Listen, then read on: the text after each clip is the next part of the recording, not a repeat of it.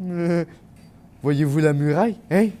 Elle est faite par un artiste, par Pixel Pancho.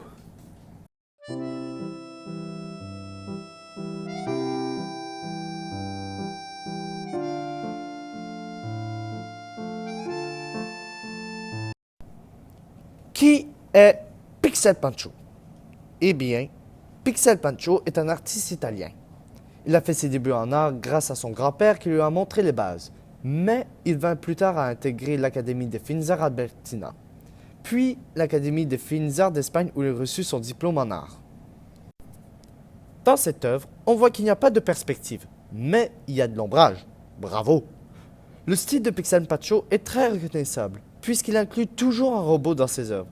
C'est comme une façon pour lui de laisser sa marque. Sinon, dans la murale, il y a un robot rouillé, avec quelques spots jaunes et avec des parties grillagées, endommagées et brisées.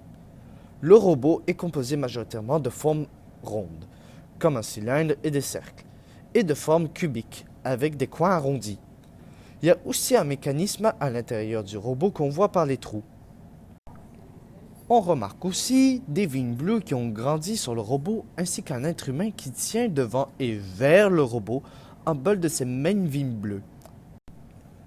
Dans sa murale, le message que Pixel Pancho essaie de nous démontrer est, deux petits points, comment l'humain va créer quelque chose juste pour ensuite le détruire lorsqu'il devient vieux ou quand il y a un enjeu très important.